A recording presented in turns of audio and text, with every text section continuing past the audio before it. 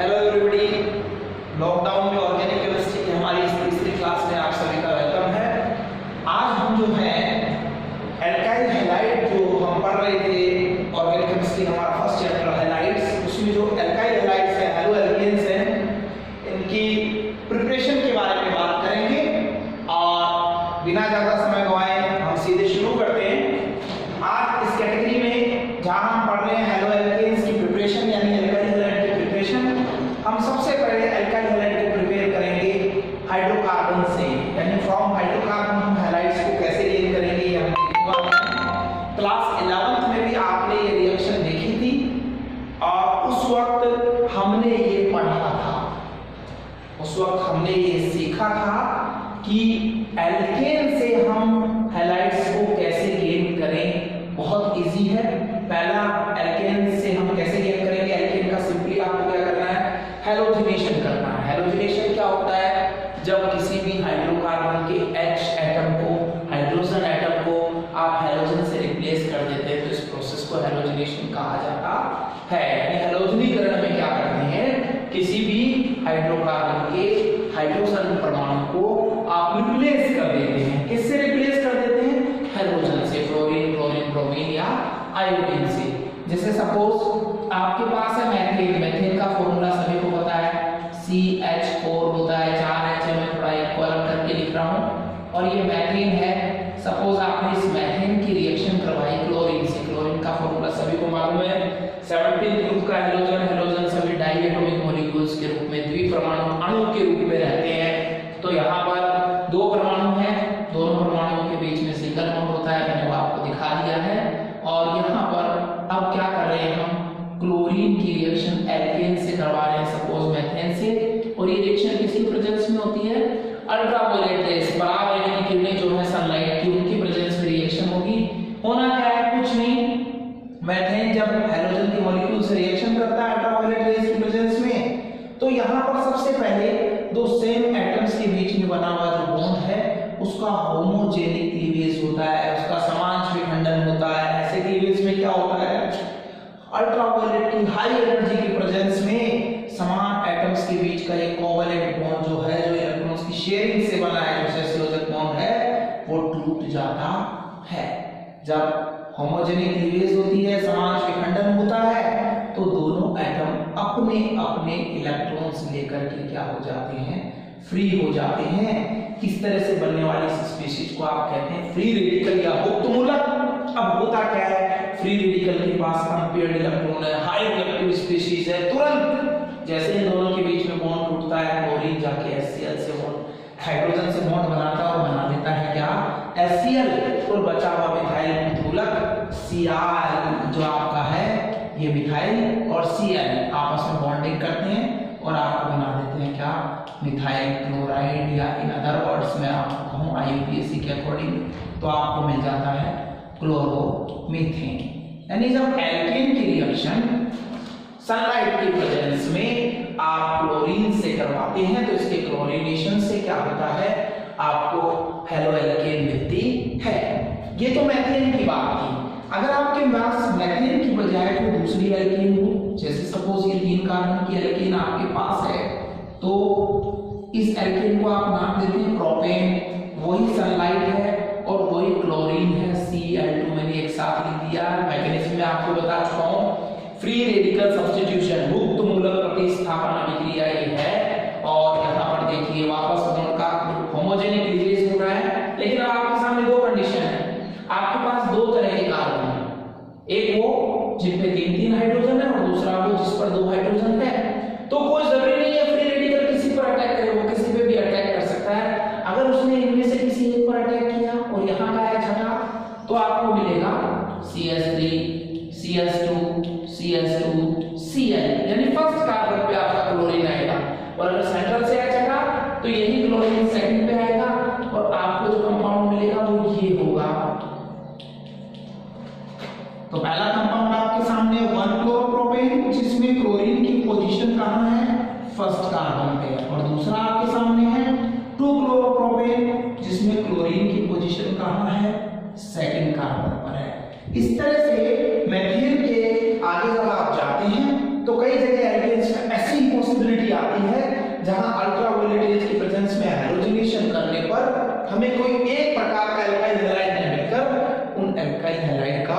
Mixture बनता है। जैसे प्रोपेन से आपको दो तरह के अल्काइल हैलाइड मिले, अगर आप यहाँ ब्यूटेन लेते तो ब्यूटेन से आपको यहाँ 4 तरह के अल्काइल हैलाइड्स का मिक्सचर मिलता।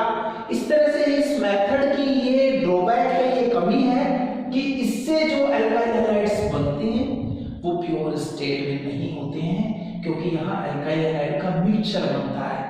इसलिए इस मेथड को लैबोरेटरी में, प्रयोगशाला में अल्काइल हैलाइड की प्रिपरेशन में यूज नहीं करते, बल्कि इंडस्ट्री लेवल पे जो औद्योगिक निर्माण कर रहा है, इंडस्ट्री में जो बनाने का काम है वो इस मेथड से किया जाता है। तो ये अल्काइल हैलाइड की प्रिपरेशन की इंडस्ट्रियल मेथड है एल्केन के हैलोजिनेशन से। आइए अब हम आगे बढ़े। अब हम पढ़ते हैं हमारा हाइड्रोकार्बन में सेकंड रिएक्शन, जिससे हमको मिलेगा क्या, वही हैलो एल्केन। अब आपको मालूम है हाइड्रोकार्बन में सेकंड हाइड्रोकार्बन आपने पढ़ी थी एल्कीन। तो इस एल्कीन से हमें किस तरह से हैलाइड्स मिलते हैं, अब हम इसे सीखते हैं। देखिए एल्कीन सिंपल सी आइडेंटिफिकेशन की, ऐसे अनसैचुरेटेड हाइड्रोकार्बन्स जिनमें दो कार्बन्स के बीच में एक डबल बॉन्ड आ जाता है, उन्हें आप एल्कीन कह लेते हैं। तो ये सिंपल सी कंडीशन है आपके सामने एल्कीन की। आप एक सिंपल फॉर्मूला मान लीजिए, एल्कीन सीरीज का आपको मालूम है फर्स्ट मेंबर एट प्लस कीन एथीन था, तो CH2 डबल बॉन्ड CH2, ये कौन है आपके पास, एथीन है। अगर इस एथीन के H को किसी दूसरे ग्रुप से रिप्लेस कर दिया जाए, एल्काइल ग्रुप से रिप्लेस कर दिया जाए, तो अगर एल्केन्स के फॉर्मूले हम गेन कर सकते हैं। इसलिए एल्कीन का एक कॉमन फॉर्मूला मान लेते हैं कि इस H की जगह मैं R जोड़ देता हूं। ये जो R है मेरे लिए, मैं चाहूं तो यहाँ H भी जोड़ सकता हूं, और मैं चाहूं तो यहाँ कोई एल्काइल ग्रुप भी जोड़ सकता हूं। ये एल्कीन है। एल्कीन का सिंपल फॉर्मूला आपने मान लिया R bond CH double bond CH2। तो जब ये एल्कीन की रिएक्शन हैलोजन एसिड से होती है, हैलोजन एसिड्स किन्हें कहते हैं, जहां हैलोजन हाइड्रोजन से जुड़ जाए, बहुत सिंपल से, hydrochloric acid, hydrogen bromide, hydrogen iodide यानी HCl, HBr, HI। तो ये हैलोजन एसिड है, तो हैलोजन एसिड को हम सिंपली किससे रिप्रेजेंट कर देते हैं, यहाँ HX से, जहां X क्या है आपका क्लोरीन, ब्रोमीन या आयोडीन है, इनमें से कोई भी हैलोजन हो सकता है। तो जब आप एल्कीन की रिएक्शन हैलोजन एसिड HX से करवाते हैं, हम सभी को मालूम है यहाँ अनसैचुरेशन है, यहाँ डबल बॉन्ड है, और जहां अनसैचुरेशन आ जाता है हाइड्रोकार्बन में, वहां मेन रिएक्शन एडिशनल रिएक्शन होती है। और हमने 11th में पढ़ा है कि एल्कीन की रिएक्शन इलेक्ट्रोफिलिक एडिशन रिएक्शन होती है, यानी इलेक्ट्रॉन्स में ही योगात्मक अभिक्रिया होती है, जहां पहला अटैक कौन करता है एल्कीन पर आकर के, एक इलेक्ट्रोफाइल करता है। इलेक्ट्रोफाइल कौन है, ऐसी स्पीशीज जो इलेक्ट्रॉन से अफेक्शन करे। इलेक्ट्रॉन से अफेक्शन कौन करेगा, जिसके पास इलेक्ट्रॉन वाला चार्ज नहीं हो, यानी इलेक्ट्रॉन पे कौन सा चार्ज है, माइनस चार्ज। इसका मतलब किसी भी आपका जो स्पीशीज है उसका वो पार्ट जिस पर पॉजिटिव चार्ज है, यानी जो इलेक्ट्रॉन डेफिशिएंट है, जिस पर इलेक्ट्रॉन की कमी है, वो इलेक्ट्रोफाइल या इलेक्ट्रॉन स्नेही की तरह बिहेव करेगा, व्यवहार करेगा, और वो जाकर के क्या करेगा, पहले इस पे अटैक करेगा। अब आपके सामने है ये HX। एसिड कौन होते हैं, पढ़ के आए हैं सबने एक ही बात है कि एसिड वो होते हैं जो H+ देते हैं। तो एसिड का ये पार्ट H+ हो गया और दूसरा पार्ट X-। डेफिनेटली मैंने कहा कि पहला अटैक वो करेगा जो कौन होगा, जो इलेक्ट्रोफाइल होगा, जो इलेक्ट्रॉन से अफेक्शन रखेगा। इलेक्ट्रोफाइल कौन होगा, जिस पे इलेक्ट्रॉन वाला चार्ज नहीं होगा, यानी जिस पे positive charge. Double bond in दोनों कार्बन के बीच में है, तो कंडीशन ये भी हो सकती है कि ये H जाए और अटैक करे, कहां, यहां। अगर H यहां अटैक कर रहा है तो देखिए आपके सामने क्या कंडीशन आ गई है, R बॉन्ड CH और H यहां आ गया, तो ये हो गया यहां पर H के जाने से क्या, CH2 और H मिलके CH3, कार्बन की वैलेंसी 4 होती है,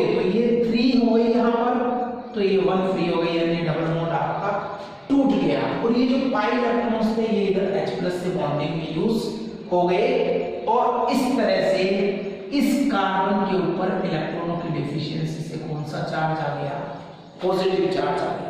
इस तरह से इस रिएक्शन में एक इंटरमीडिएट बना, एक मध्यवर्ती बना जिसमें कार्बन पर पॉजिटिव चार्ज है। तो आपको पता है जहां कार्बन पे पॉजिटिव चार्ज है उस स्पीशीज को आप क्या कहते हैं, कार्बन कैटायन कहते हैं। सपोज अगर यही H+ यहां न जाकर के यहां जाता तो क्या होता, तो ऐसा होता R बॉन्ड CH जो था वो CH2 हो जाता और ये वाला CH2 ही रह जाता, यानी यही पाई बॉन्ड अब इस कार्बन पे आकर के इस H+ के साथ जुड़ जाते और अब यहाँ वैलेंसी पूरी हो गई और यहाँ वाले कार्बन पे क्या आ गया, पॉजिटिव चार्ज आ गया। तो ये क्या बना, कार्ब कैटायन। तो दो कार्ब कैटायन के बनने की यहाँ पॉसिबिलिटी है जब किसी एसिमेट्रिक एल्कीन पर, एसिमेट्रिक जहां डबल बॉन्ड से जुड़े दोनों कार्बन पर नंबर ऑफ हाइड्रोजन सेम नहीं है, ऐसी कंडीशन में हाइड्रोजन एसिड अटैक करेगा और वहां इलेक्ट्रोफाइल H+ के पहले अटैक करने से दो तरह के कार्ब कैटायन आपको इंटरमीडिएट या मध्यवर्ती के रूप में मिल सकते हैं। अब यहाँ पे जो कार्बन है जिस पर पॉजिटिव चार्ज है वो एक ही कार्बन से सराउंडेड है, तो ये 1 डिग्री कार्ब कैटायन है। जबकि यहाँ अगर ये अल्काइल ग्रुप है तो एक कार्बन इधर एक कार्बन इधर, यानी ये पॉजिटिव चार्ज वाला कार्बन दो कार्बन से सराउंडेड है, इसलिए एक ऐसा कार्ब कैटायन है 2 डिग्री है। तो हमने 11th में पढ़ा है कि कार्ब कैटायन में 3 डिग्री सबसे ज्यादा स्टेबल होता है, 2 डिग्री उससे कम और 1 डिग्री उससे कम, यानी इस 2 डिग्री और 1 डिग्री में से ज्यादा स्टेबल कार्ब कैटायन कौन सा है, 2 डिग्री कार्ब कैटायन ज्यादा स्टेबल है। इसलिए क्या होगा यहाँ पर, वो होगा जहां ज्यादा स्टेबल चीज बने। भाई रिएक्शन होनी है केमिकल, रिएक्टेंट ने आपस में रिएक्ट करना, प्रोडक्ट बनाना है, लेकिन वो प्रोडक्ट बनाना पसंद करेंगे जिसमें उनको स्टेबिलिटी ज्यादा मिले।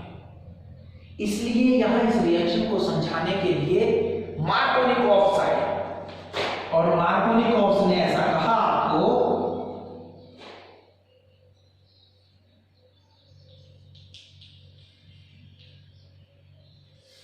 मार्कोनिकॉव्स ने कहा कि किसी एल्कीन की एडिशन रिएक्शन में पॉजिटिव पार्ट वहां आकर के जुड़ता है जहां डबल बॉन्ड से जुड़े हुए कार्बन पर नंबर ऑफ हाइड्रोजन ज्यादा हो। आप देख रहे हैं इन दोनों कार्बन में से इस पर एक H है और इस पे 2 H है, तो मार्कोनिकॉव कह रहा है कि ये पॉजिटिव पार्ट, ये इलेक्ट्रोफाइल वहां जुड़ेगा जहां पहले से ही हाइड्रोजन का नंबर क्या हो, ज्यादा, यानी ये पहले वाली पोजीशन होगी। और अगर ये यहां आकर के जुड़ेगा तो डेफिनेटली हमें कौन सा कार्ब कैटायन मिलेगा, 2 डिग्री जो ज्यादा स्टेबल है। यानी बहुत सिंपल सी रिएक्शन है कि जब एल्कीन की रिएक्शन हैलोजन एसिड से होती है तो इलेक्ट्रोफाइल एडिशन रिएक्शन के थ्रू, इलेक्ट्रॉन्स नहीं योगात्मक अभिक्रिया के थ्रू हमें अल्काइल हैलाइड मिलते हैं और ये रिएक्शन मार्कोनिकॉव्स के रूल के अकॉर्डेंस में होती है, मार्कोनिकॉव रूल्स के अनुसार होती है। और ये रूल क्या कहता है कि एडिशन रिएक्शन में पॉजिटिव पार्ट यानी इलेक्ट्रोफाइल वहां आकर के जुड़ता है जहां डबल बॉन्ड से जुड़े हुए कार्बन पर नंबर ऑफ हाइड्रोजन पहले से ही ज्यादा होता है। तो इस तरह से ज्यादा स्टेबल कार्ब कैटायन बनता है। तो ये मार्कोनिकॉव रूल बड़े आसानी से इसको समझाता है। तो देखिए क्या हो रहा है, मैंने आपको बता दिया कि पहली कंडीशन है कार्ब कैटायन बन गया, कौन सा, तो पहला अटैक, इसको समराइज कर देते हैं। पहला अटैक होता है किसका होता है, इस H+ का होता है। कहां होता है इलेक्ट्रोफाइल का पहला अटैक, वहां जब नंबर ऑफ हाइड्रोजन ज्यादा हो। अब सेकंड अटैक इस X- का होता है। तो पहला अटैक जब इसका यहां हुआ तो आपको मिला RCH और ये CH3। आपको मालूम है इलेक्ट्रॉन की डेफिशिएंसी से इस कार्बन पे क्या आ गया, पॉजिटिव। कार्बन बड़ा भला इंसान है, ना पॉजिटिव इससे समझता है ना नेगेटिव इससे समझता है। पॉजिटिव चार्ज है तो ये अनस्टेबल हो जाता है, नेगेटिव चार्ज है तो ये अनस्टेबल हो जाता है। तो इसलिए अब इसको स्टेबिलिटी देने के लिए ये हैलाइड आयन अपना नेगेटिव चार्ज लेकर के आता है और यहाँ अपने इलेक्ट्रॉन डोनेट करके इसके साथ बॉन्ड बना लेता है और इस तरह से आपको अल्काइल हैलाइड मिल जाता है। तो इस तरह से रिएक्शन होती है और हमें हेलोएल्केन मिलता है। तो ये मार्कोनिकॉफ्स रूल फॉलो हुआ। मार्कोनिकॉफ्स रूल ने बताया कि वो वाला काम होगा जिससे हमें ज्यादा स्टेबल कार्बोकेटायन मिलेगा, इसलिए हमारा इलेक्ट्रोफाइल वहां जुड़ेगा जहां डबल बॉन्ड से जुड़े हुए कार्बन पर नंबर ऑफ हाइड्रोजन ज्यादा है। अब सपोज आपके पास यहाँ R की जगह है H, मैंने कहा H भी रख सकते हैं, अगर रख लिया है तो CH2 डबल बॉन्ड CH2 यानी एल्कीन सीरीज का फर्स्ट मेंबर एथीन, और यहाँ आप जिससे इसकी रिएक्शन करवा रहे हैं वो है कौन, HI। तो बहुत सिंपल है, डबल बॉन्ड से जुड़े हुए दोनों कार्बन पर नंबर ऑफ हाइड्रोजन सेम है, तो मार्कोनिकॉफ लॉ की कोई जरूरत नहीं है क्योंकि दोनों जगह हाइड्रोजन सेम है। अगर डिफरेंट होते तो H+ को वहां भेजते जहां हाइड्रोजन ज्यादा थे, फिलहाल H+ को यहां भेजिए। पहला काम ये होगा, फर्स्ट लिखिए क्योंकि पहला एडिशन इलेक्ट्रोफाइल का हो रहा है और सेकेंडली इस दूसरे कार्बन पे कौन आकर के जुड़ गया, न्यूक्लियोफाइल जुड़ गया। CH2 पर H गया, ये बन गया CH3 और ये बॉन्ड टूटा CH2। अब आपको एक कार्बोकेटायन मिला, इस पर आकर के जुड़ा I और आपको ये मिल गया क्या, हाइड्रोएथेन। और अगर आपने यहां पर R की जगह CH3 जोड़ा होता, यानी अगर आपने यहां प्रोपीन लिया तो प्रोपीन के केस में अब आपको मार्कोनिकॉफ लॉ की जरूरत पड़ती और HI की जगह सपोज आपने ले लिया HBr, तो HBr लेंगे, वही बात, HBr में भी H+ क्या है, इलेक्ट्रोफाइल है, वहां अटैक करेगा जहां नंबर ऑफ हाइड्रोजन पहले से क्या हो, ज्यादा, तो Br वहां चला जाएगा जहां नंबर ऑफ हाइड्रोजन क्या हो, कम हो।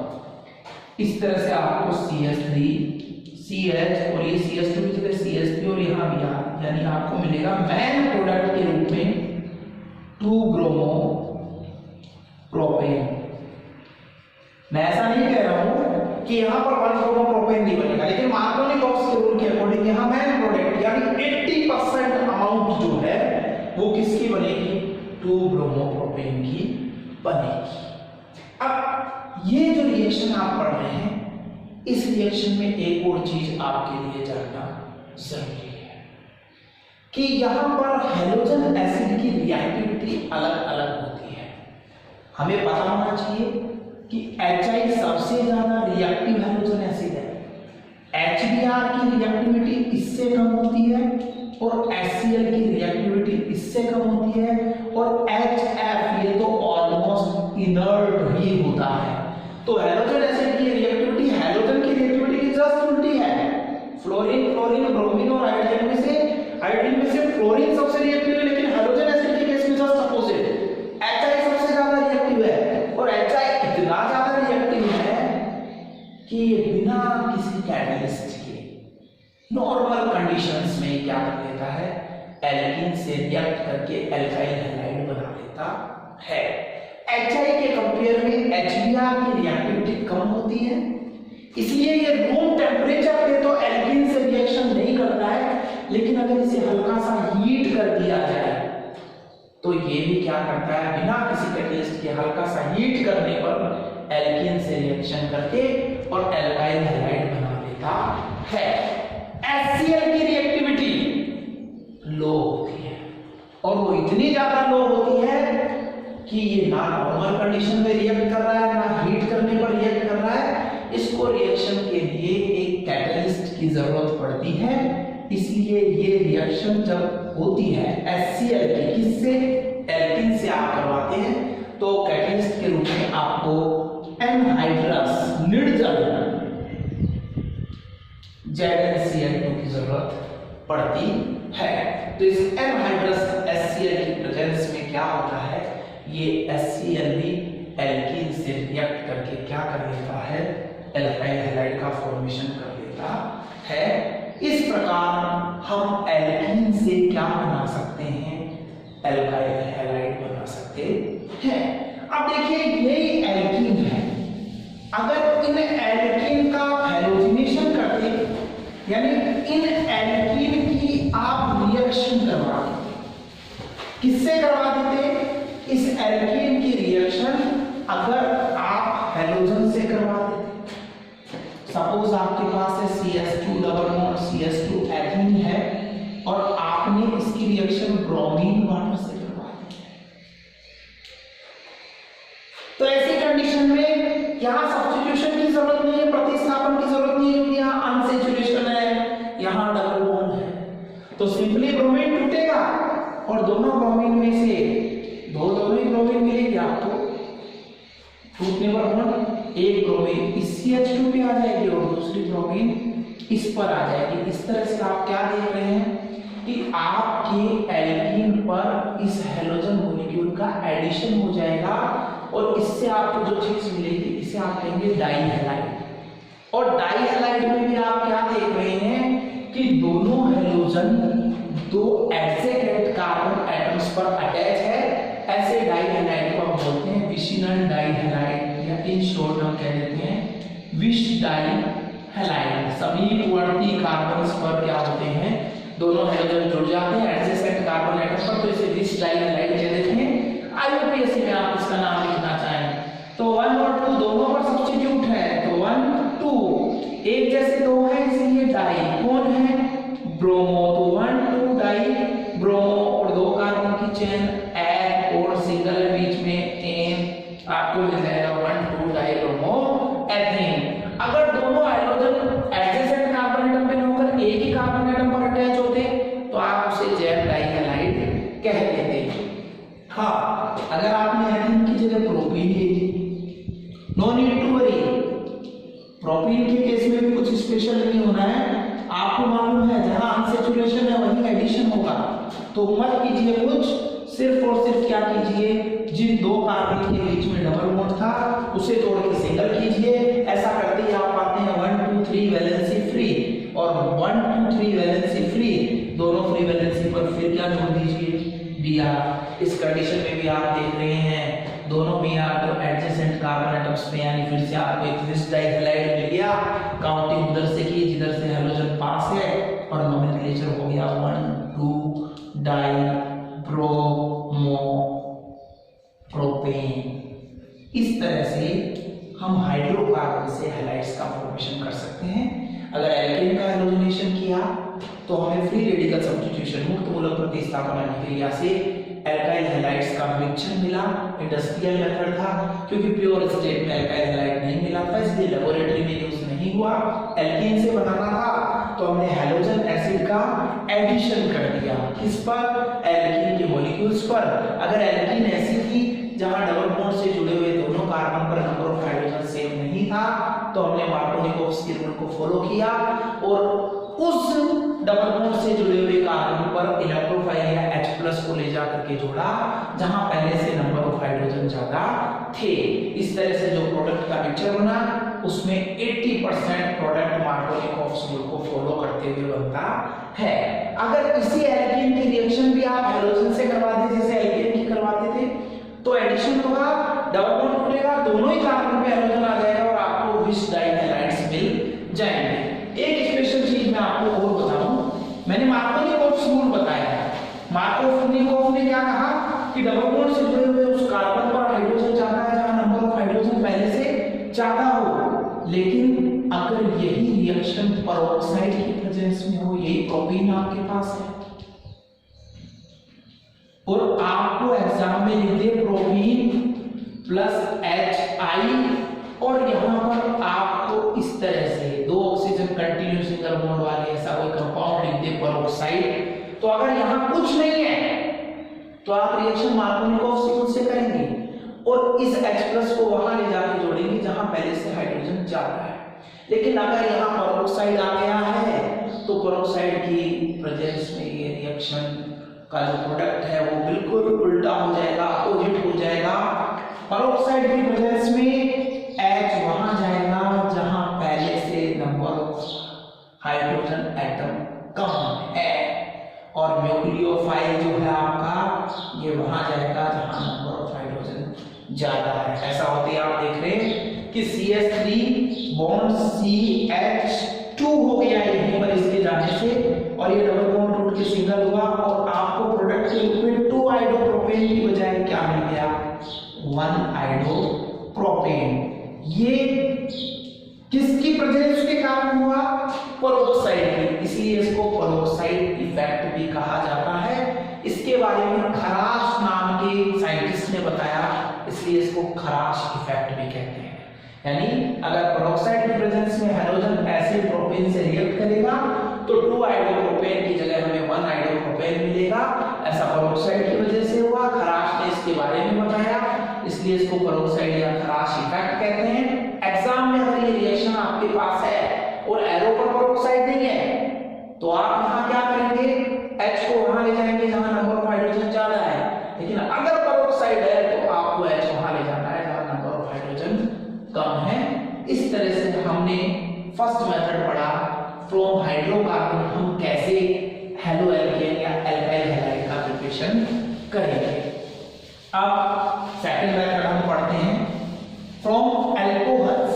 ये हमारे 11th में नहीं था, ये हमारे 12th में ही है। इससे जो नेक्स्ट लेसन आप पढ़ेंगे अल्कोहल से, तो वहां अल्कोहल की जो प्रॉपर्टीज है, केमिकल प्रॉपर्टीज, वहां पर हमें यहाँ ये प्रिपरेशन का मेथड दोबारा मिलेगा। हम इसे आज यहाँ डिस्कस कर रहे हैं कि अल्कोहल से हम कैसे एल्किल हैलाइड गेन करेंगे। तो आपके सामने अल्कोहल का सिंपल फॉर्मूला होता है। ये कब बनता है, जब आप किसी एल्केन के एक H एटम को हाइड्रोक्सी ग्रुप, जिसे आप OH कहते हैं, उससे रिप्लेस कर दें तो आपको जो चीज मिलती है उसे आप अल्कोहल कहते हैं। ये अल्कोहल है और आपको इस अल्कोहल से गेन करना है क्या, एल्काइल हैलाइड RH गेन करना है। तो वेरी सिंपल आपके सामने दिख रहा है कि इन दोनों में कोई फर्क नहीं है। अगर इसके OH को रिप्लेस कर दें किससे, हैलोजन एटम से, तो एल्काइल हैलाइड मिल जाएगा। यानी अल्कोहल की ये जो रिएक्शन जिससे हम हैलाइड्स का फॉर्मेशन करने वाले हैं, ये रिएक्शन भी सब्स्टिट्यूशन रिएक्शन होने वाली है। तो आइए इस रिएक्शन को समझें। अल्कोहल से एल्काइल हैलाइड आप कैसे गेन कर सकते हैं। अल्कोहल से एल्काइल हैलाइड बनाने के आपके पास 3 मेथड है। पहला, आप अल्कोहल की रिएक्शन है वो करवाएं फास्फोरस की हैलाइड से बाय रिएक्शन विथ PX3 और PX5। पता है हमें फास्फोरस 2 तरह के हैलाइड बनाता है, phosphorus trihalide and phosphorus पेंटाहैलाइड। X यहाँ क्या है, X यहाँ क्लोरीन भी हो सकता है, ब्रोमीन भी हो सकता है और आयोडीन भी हो सकता है। तो X में क्लोरीन, ब्रोमीन या आयोडीन किसी को भी लेकर के आप क्या कर सकते हैं, यहाँ पर एल्काइल क्लोराइड, एल्काइल ब्रोमाइड या एल्काइल आयोडाइड बना सकते हैं। सेकंड मेथड है आपके पास कि आप क्या करें, इसी अल्कोहल की रिएक्शन करवाएं थायोनिल क्लोराइड से। थायोनिल क्लोराइड किसे कहते हैं, SOCl2 is known as thionyl chloride. जब आप अल्कोहल की रिएक्शन थायोनिल क्लोराइड से करवाएंगे तो यहाँ Cl नजर आ रहा है, यानी आपको एल्काइल क्लोराइड मिल जाएगा। इसी तरह से अगर तीसरे मेथड की बात करें तो by reaction with halogen acid. जो हैलोजन एसिड अभी एल्कीन से रिएक्ट कर रहे थे वही हैलोजन एसिड यहाँ यूज करें by reaction with halogen acid. Halogen acid means HX। अगर HX रिएक्ट करेंगे अल्कोहल से तो भी आपको क्या मिल जाएगा, एल्काइल हैलाइड मिल जाएगा। आइए हम पहले बात करें कि PX3 या PX5 किस प्रकार से एल्काइल हैलाइड का फॉर्मेशन करते हैं। बहुत सिंपल सा मेथड है। देखिए, जब आप अल्कोहल की रिएक्शन, अल्कोहल का मैंने सिंपल फॉर्मूला आपको बताया था अभी, ROH, ये अल्कोहल है। अगर आप इस अल्कोहल की रिएक्शन PCl5 से, हम यहाँ PX5 में X की जगह Cl ले लेते हैं, आप Br भी ले सकते हैं, I भी ले सकते हैं, हम यहाँ PCl5, तो PCl5 जो है ट्राइगोनल बाइपिरिमिडिकल त्रिकोणीय द्विपिरिमिडीय स्ट्रक्चर है, जो कि एक अनस्टेबल स्ट्रक्चर है, बॉन्ड एंगल सेम नहीं होते हैं, इसलिए PCl5 टूट करके PCl3 में बदलने की टेंडेंसी रखा है। तो मैंने थोड़ा तोड़ के इस तरह से लिख दिया है, PCl3 और 2 क्लोरीन सेपरेट। बहुत सिंपल सी रिएक्शन है। यहां से PCl3 को आप अलग कीजिए और यहां से ऑक्सीजन इधर R को छोड़ेगा, इधर H को छोड़ेगा और ये इसके साथ चला जाएगा। इस तरह से आपको ऊपर दिख रहा है RCl, यानी R और Cl आपस में जुड़ गए, आपको मिल गया एल्किल क्लोराइड या क्लोरो एल्कीन। अगर Er लेते तो ब्रोमो बन जाता, I लेते तो आयोडो बन जाता, तो क्लोरो एल्कीन मिल गई। नीचे आप देख रहे हैं क्या बचा, HCl हेलोजन एसिड बन गया और बीच में आप देख रहे हैं कौन बचा, फास्फोरस ने दोनों क्लोरीन से सिंगल बॉन्ड तोड़े और ऑक्सीजन के साथ डबल बॉन्ड बना करके जुड़ गया। इस तरह से बना POCl3, फास्फोरस ऑक्सीक्लोराइड, यहां बन गया POCl3।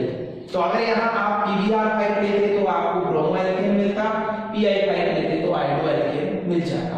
एल्कोहल में आप यहां अगर R की जगह C2H5 को जोड़ देते तो ये हो जाता ethyl alcohol, C2H5OH ethyl alcohol, और इथाइल एल्कोहल की रिएक्शन PCl5 से होती तो कोई नहीं, R की जगह यहां भी आपके सामने कौन आ जाता, C2H5 आ जाता।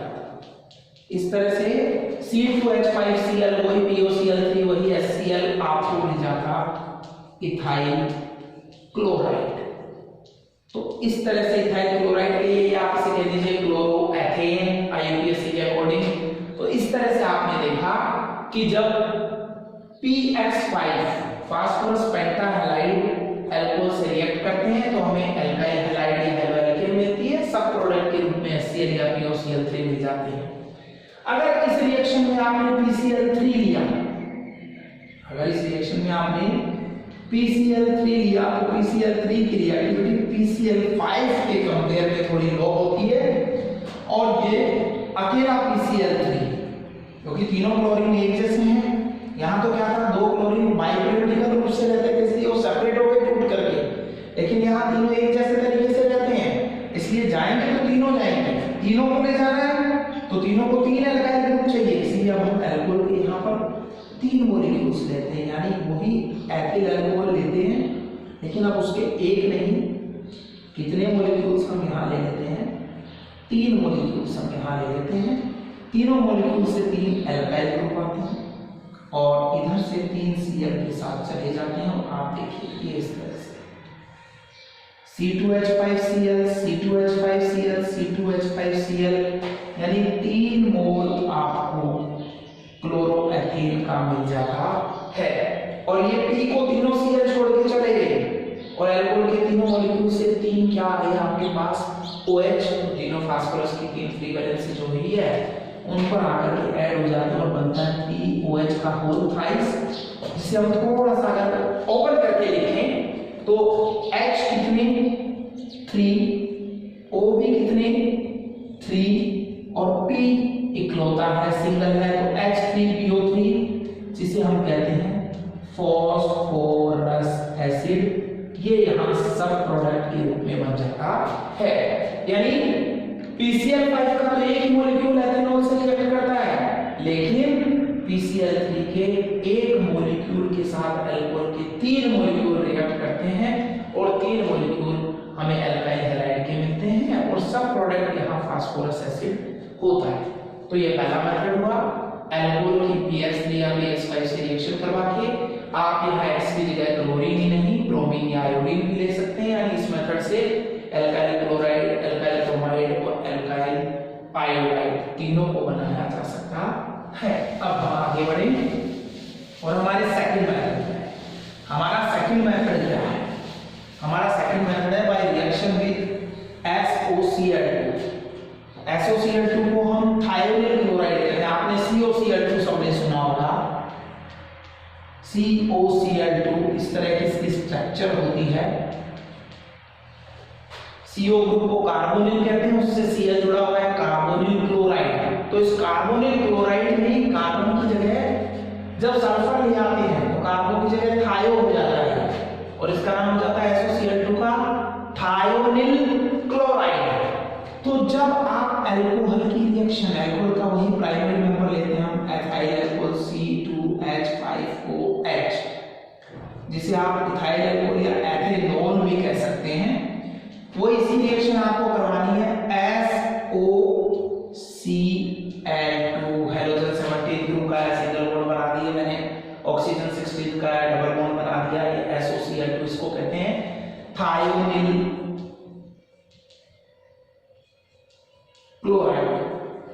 जब आप थायोनिल क्लोराइड की रिएक्शन करवाते हैं किससे, वही इथाइल अल्कोहल से, तो फिर वही बात होती है, यहां से ये SO आता है और इस अल्कोहल के O को ले जाता है।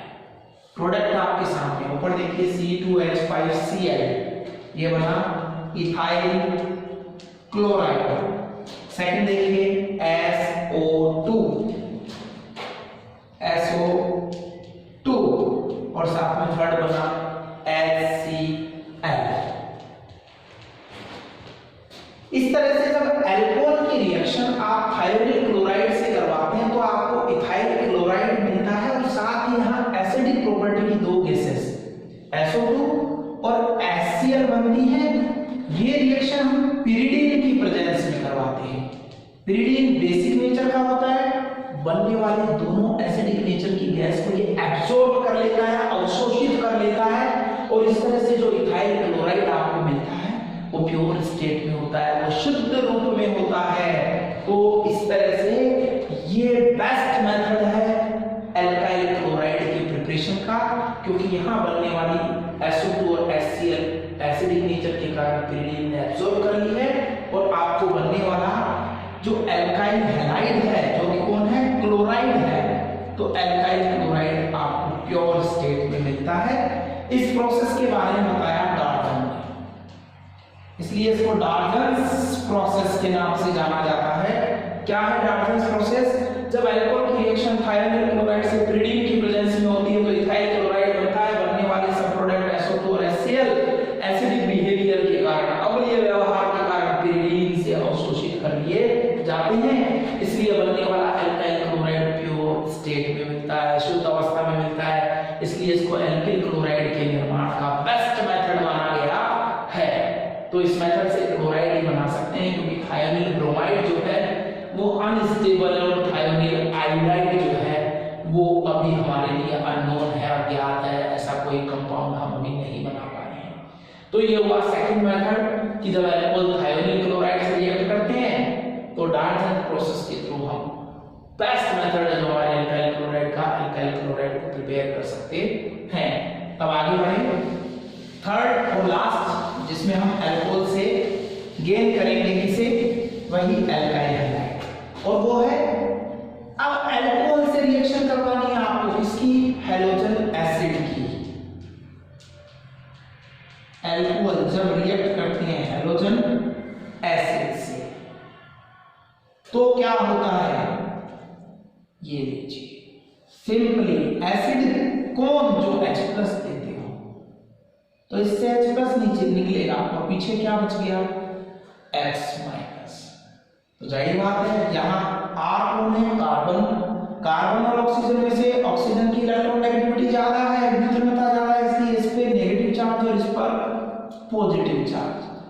तो इसका पॉजिटिव इसके नेगेटिव के साथ जाएगा, H+ और OH- एक दूसरे के साथ जाएंगे और पानी बना लेंगे, वाटर बना लेंगे, और इधर RX के साथ जुड़ के आपको क्या देगा, एल्काइल हैलाइड। मैंने आपको पहले भी बताया था, जो मैंने रिएक्टिविटी ऑर्डर बताया था उसमें मैंने आपको बताया था कि HI सबसे ज्यादा रिएक्टिव है, HBr की रिएक्टिविटी उससे कम है, HCl की उससे कम है, और HF ऑलमोस्ट इनर्ट है, अक्रिय है, ये रिएक्शन नहीं करता है। तो HI इतना ज्यादा रिएक्ट है कि सिंपल कंडीशन में भी अल्कोहल से रिएक्ट कर लेता है। पहले मैंने गलतियों से आपको हाइड्रोकार्बन के साथ बताया था, रिएक्टिविटी ऑर्डर तो यही था, लेकिन हाइड्रोकार्बन में टेंपरेचर का इतना रोल नहीं था। लेकिन अल्कोहल के साथ रिएक्शन में आप जरूर याद रखें कि अल्कोहल की रिएक्शन जब HI से होती है तो सामान्य कंडीशंस में, नॉर्मल कंडीशंस में रिएक्शन हो जाती है और यहां से ये लीजिए वाटर निकल जाता है और आपको एल्काइल आयोडाइड, यहाँ इथाइल को लिया है, इथाइल आयोडाइड आपको मिल जाता है, वाटर बाहर निकल जाता है। HBr के केस में अगर आपने यहाँ HI की जगह क्या ले लिया, HBr ले लिया, तो HBr लेने पर क्या होने वाला है, HBr लेने पर भी वाटर निकलेगा और आपको इथाइल ब्रोमाइड मिल जाएगा। लेकिन HBr की जो रिएक्टिविटी है वो लो है, इसलिए आपको अल्कोहल और HBr को एक दूसरे के साथ क्या करना पड़ेगा, हीट करना पड़ेगा। अब हम HCl की बात करें, HCl की रिएक्टिविटी बहुत कम है, तो ये जनरल कंडीशन में रिएक्ट नहीं करता, इसलिए इसके लिए कैटलिस्ट के रूप में हम यूज करते हैं एनहाइड्रस ZnCl। इस एनहाइड्रस ZnCl और HCl के मिक्सचर को हम ल्यूकास रिएजेंट कहते हैं। एनहाइड्रस ZnCl और HCl का जो मिक्सचर है, HCl plus ZnCl anhydrous is known as Lucas reagent. हम आगे सीखेंगे अल्कोहल के टाइम ये ल्यूकास रिएजेंट प्राइमरी, सेकेंडरी और टर्सरी अल्कोहल की आइडेंटिफिकेशन में यूज होता है। तो जब इसके साथ रिएक्शन होगी तो कैटलिस्ट चाहिए, क्योंकि इसकी रिएक्टिविटी इन दोनों के कंपेयर में कम है। तो इस कैटलिस्ट की प्रेजेंस में आप हीट करेंगे और फिर वही वाटर निकलेगा और अब इथाइल क्लोराइड आपको मिल जाएगा। HF ऑलमोस्ट इतना कम रिएक्टिव है कि ऑलमोस्ट इनर्ट ही होता है, ये इस रिएक्शन में पार्टिसिपेट कैटलिस्ट की प्रेजेंस में भी नहीं करता है। तो आप एक चीज देख रहे हैं यहां पर कि ये जो रिएक्शन है अपने आप में ये कैसी रिएक्शन है, OH की जगह X आया है, यानी एक की जगह दूसरे ले लिए, ये सब्स्टिट्यूशन रिएक्शन है, ये प्रतिस्थापन अभिक्रिया है। जो आया है वो माइनस है और जो हट रहा है वो भी माइनस है, यानी पहले हटने वाला हटा माइनस के रूप में, तो आपके कार्बन को पॉजिटिव चार्ज दे गया, कार्बन पे पॉजिटिव चार्ज आया तो आपको क्या मिला, कार्ब कैटायन। आपको यहां क्या मिला, कार्ब कैटायन मिला। और यहां पर क्या हुआ, एक नेगेटिव ने दूसरे नेगेटिव को सब्स्टिट्यूट किया, प्रतिस्थापित किया। ऐसे रिएक्शन में जहां एक नेगेटिव की जगह दूसरा नेगेटिव, यानी एक न्यूक्लियोफाइल को दूसरा न्यूक्लियोफाइल रिप्लेस करे, उसको न्यूक्लियोफिलिक सब्स्टिट्यूशन रिएक्शन, नाभिक स्नेही प्रतिस्थापन अभिक्रिया कहते हैं। यानी अल्कोहल और हैलोजन एसिड के बीच में न्यूक्लियोफिलिक सब्स्टिट्यूशन होता है, OH माइनस हटता है और उसकी जगह नया न्यूक्लियोफाइल X माइनस आता है। और इस न्यूक्लियोफिलिक सब्स्टिट्यूशन रिएक्शन में पहले क्या होता है, इस बॉन्ड के टूटने से कार्ब कैटायन बनता है और हमें मालूम है रिएक्शन तब आसानी से होगी जब बनने वाला कार्ब कैटायन स्टेबल होगा। तो अगर आपके पास OH ग्रुप ऐसे कार्बन से जुड़ा हो जो तीन कार्बन से सराउंडेड हो, तो ऐसे कार्बन को जो 3 कार्बन से सराउंडेड हो आप 3 डिग्री कार्बन कहते हैं, उससे वो जुड़ जाए तो ऐसे अल्कोहल को 3 डिग्री अल्कोहल कहते हैं। तो 3 डिग्री अल्कोहल में से जब OH हटता है तो जो कार्ब कैटायन बनता है वो भी कैसा होता है, 3 डिग्री। तो सबसे ज्यादा स्टेबल कार्ब कैटायन कौन सा है, 3 डिग्री कार्ब कैटायन है। इसलिए सबसे ज्यादा रिएक्टिव वो अल्कोहल होगा जो सबसे ज्यादा स्टेबल कार्ब कैटायन को बनाता है। यानी इस रिएक्शन में 3 डिग्री अल्कोहल सबसे ज्यादा रिएक्टिव होते हैं। यानी इस रिएक्शन में अगर हम अल्कोहल की रिएक्टिविटी के ऑर्डर को जानना चाहें तो 3 डिग्री अल्कोहल सबसे ज्यादा रिएक्टिव, 2 डिग्री अल्कोहल उससे कम और 1 डिग्री अल्कोहल उससे कम रिएक्टिव होते हैं। तो 3 डिग्री अल्कोहल तुरंत हैलोजन एसिड से रिएक्ट करते हैं, 2 डिग्री को कुछ टाइम लगता है, 1 डिग्री को और भी ज्यादा टाइम रिएक्टिविटी में लगता है, कुछ कंडीशंस स्पेशल्स देनी पड़ती है, जब जाकर के 1 डिग्री अल्कोहल हैलोजन एसिड से रिएक्ट करता है। तो इस तरह से अल्कोहल से अल्काइल हैलाइड बनाने के हमारे 3 मेथड हुए। आपको इसमें विशेष याद रखना है कि डाल्टन प्रोसेस जिसमें SOCl2 की आपने रिएक्शन अल्काइल अल्कोहल से करवाई थी, ये एल्किल क्लोराइड की प्रिपरेशन का बेस्ट मेथड है। वहीं हैलोजन एसिड के प्रति जो रिएक्टिविटी ऑर्डर है, 3 डिग्री अल्कोहल सबसे ज्यादा रिएक्टिव होते हैं, 2 डिग्री उससे कम और 1 डिग्री उससे कम। तो अल्कोहल्स की रिएक्टिविटी का ये ऑर्डर इंटरमीडिएट के रूप में बनने वाले कार्ब कैटायन के स्टेबिलिटी के प्रोपोर्शनल होता है। तो 3 डिग्री अल्कोहल से बनने वाला 3 डिग्री कार्ब कैटायन सबसे ज्यादा स्टेबल है, इसलिए इसकी रिएक्टिविटी सबसे ज्यादा है।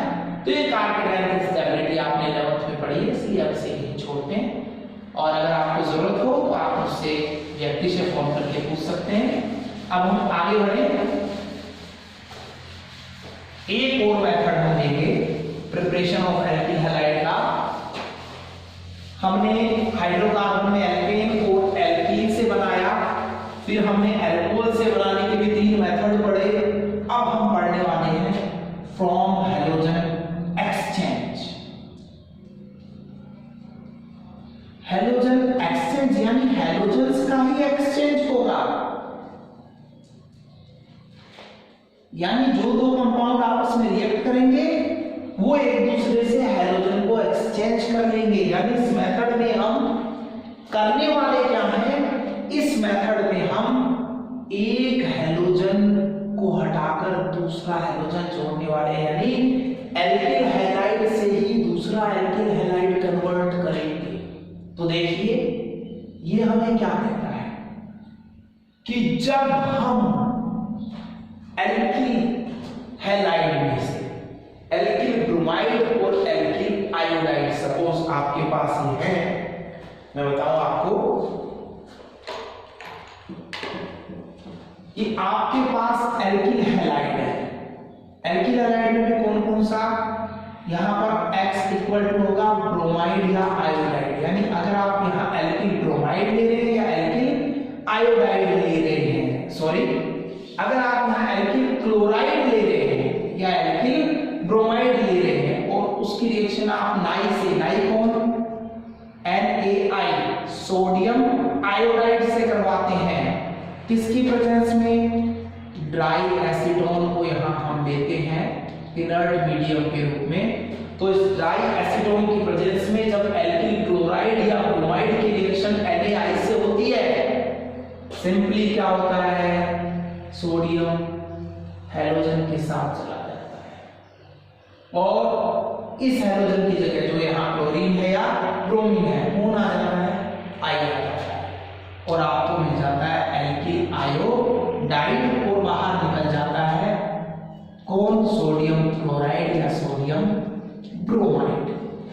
दोबारा समझ लीजिए, जब आप इथाइल क्लोराइड की रिएक्शन या आप इथाइल ब्रोमाइड की रिएक्शन करवा रहे हैं, किससे, सोडियम आयोडाइड से, किसकी प्रेजेंस में, ड्राई एसीटोन की प्रेजेंस में।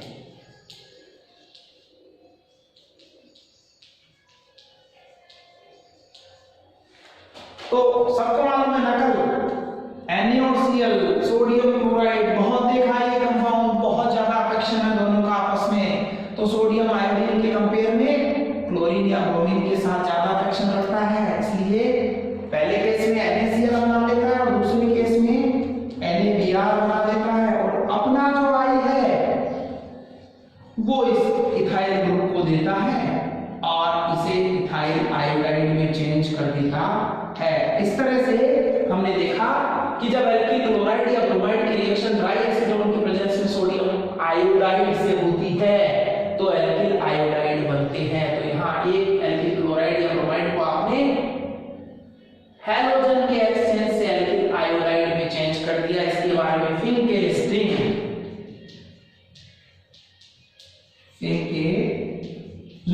ने बताया, इसलिए इस रिएक्शन को फिंकेलिस्टीन रिएक्शन के नाम से भी जाना जाता है। अब एक और चीज आपको बताएं, अगर आप इन एल्किल हैलाइड्स की रिएक्शन सिल्वर फ्लोराइड से करवाएं, बड़ा इंपॉर्टेंट है क्योंकि अभी तक हमने सभी मेथड्स में एल्किल क्लोराइड, ब्रोमाइड या आयोडाइड बनाए हैं और अब हम क्या बनाने जा रहे हैं इस मेथड में, एल्काइल फ्लोराइड, जिसमें H की जगह F आने वाला है। तो जब आप इस रिएक्शन में AgF की रिएक्शन करवाते हैं किससे, इथाइल ब्रोमाइड से, तो या इथाइल आयोडाइड ले लीजिए आप, तो ऐसे केस में क्या होता है, AgBr बनता है और फ्लोरीन इस इथाइल की जगह पे आ जाता है और आपको फ्लोरोएथेन मिल जाता है। इस रिएक्शन के बारे में बताने वाले वैज्ञानिक थे हमारे स्वार्ट्ज, इसलिए इसे स्वार्ट्ज रिएक्शन के नाम से जाना जाता है। इसमें जनरली एल्किल ब्रोमाइड या एल्किल आयोडाइड की हम सिल्वर फ्लोराइड से रिएक्शन करवाते हैं, AgBr या AgI प्रेसिपिटेट हो जाते हैं और हमें क्या मिल जाता है, एल्काइल फ्लोराइड या इथाइल फ्लोराइड। अगर आपने इथाइल ब्रोमाइड या आयोडाइड लिया है तो हमें मिल जाता है। इस तरह से हैलोजन एक्सचेंज के थ्रू एक एल्किल हैलाइड को दूसरे एल्किल हैलाइड में कन्वर्ट किया जाता है, जिसकी दो रिएक्शन हमने पढ़ी, फिंकेलस्टीन और स्वार्ट्ज रिएक्शन। और अब हमारी फाइनल रिएक्शन है जिससे हम एल्काइल हैलाइड का प्रिपरेशन कर सकते हैं, और वो है प्राइमरी एमीन से। प्राइमरी एमीन क्या होती है? जब आप अमोनिया NH3 जिसे आप कहते हैं उसका एक H हटाते हैं और उसकी जगह क्या जोड़ देते हैं? एल्काइल ग्रुप, तो ये RNS2 बनता है, इसी को हम प्राइमरी एमीन कहते हैं। तो इस प्राइमरी एमीन से आप क्या बनाने वाले हैं? Alkyl halide. तो बहुत सिंपल सा है, जब आप प्राइमरी एमीन RNH2 की रिएक्शन टिल्डेन रिएजेंट बनाया था, जिसे हम कहते हैं जनरली केमिकली अगर बात करें तो नाइट्रोसिल क्लोराइड। ये नाइट्रोसिल क्लोराइड टिल्डेन रिएजेंट कहलाता है NOCl, नाइट्रोजन ऑक्सीजन के बीच में डबल बॉन्ड और दूसरी तरफ नाइट्रोजन क्लोरीन के साथ सिंगल बॉन्ड बनाता है, ये है NOCl, जिसे टिल्डेन रिएजेंट या नाइट्रोसिल क्लोराइड कहते हैं। जब इसकी रिएक्शन इस प्राइमरी एमीन से होती है, फिर मैं बता दूं आप R की जगह एल्काइल ग्रुप रख सकते हैं, तो क्या होता है? बहुत सिंपल बात है। मैं थोड़ा सा इसको पिक्चर को पलट देता हूं। ऑक्सीजन हम इधर ले लेते हैं, Cl हम इधर ले लेते हैं, क्यों? हमें चाहिए ना ये एल्किल क्लोराइड, और इधर देखिए हाइड्रोजन को पसंद है कौन? ऑक्सीजन। ये बनाएगा वाटर, ये बनाएगा एल्किल क्लोराइड, और बीच में रहेगा NN मतलब N2। तो यहाँ नाइट्रोजन गैस बाहर निकल जाएगी, दूसरा सब प्रोडक्ट वाटर रहेगा और आपको मिल जाएगा क्या? Alkyl chloride. तो इस तरह से हमने सीखा कि जब प्राइमरी एमीन की रिएक्शन नाइट्रोसिल क्लोराइड, जिसे हम टिल्डेन रिएजेंट भी कहते हैं, इससे होती है तो यहाँ एल्किल क्लोराइड बनता है, दूसरी तरफ पानी बनता है, और साथ ही कौन सी गैस सब प्रोडक्ट के रूप में बाहर निकल जाती है? Nitrogen gas. इस तरह से आज हमने हेलो एल्केन्स के प्रिपरेशन के मेथड्स पढ़े। अब हमारा जो पार्ट 4 आएगा उसमें हम हेलो एरीन्स जो हैं उनके प्रिपरेशन के मेथड्स पढ़ेंगे। तब तक आप इसे रिवाइज करिए और बने रहिए मेरे साथ। किसी भी तरह की समस्या हो तो आप मुझे फोन कर सकते हैं। मैं भारत धुंद्रा, मेरा मोबाइल नंबर 9875064369। एक बार फिर मैं यही कहूंगा कि वीडियोस को पूरा देखें, समझने की पूरी कोशिश करें, और किसी भी प्रकार का प्रॉब्लम होने पर आप मुझे मेरे इस व्हाट्सएप नंबर पर मैसेज करें, मैं आपकी प्रॉब्लम को सॉल्व करूंगा।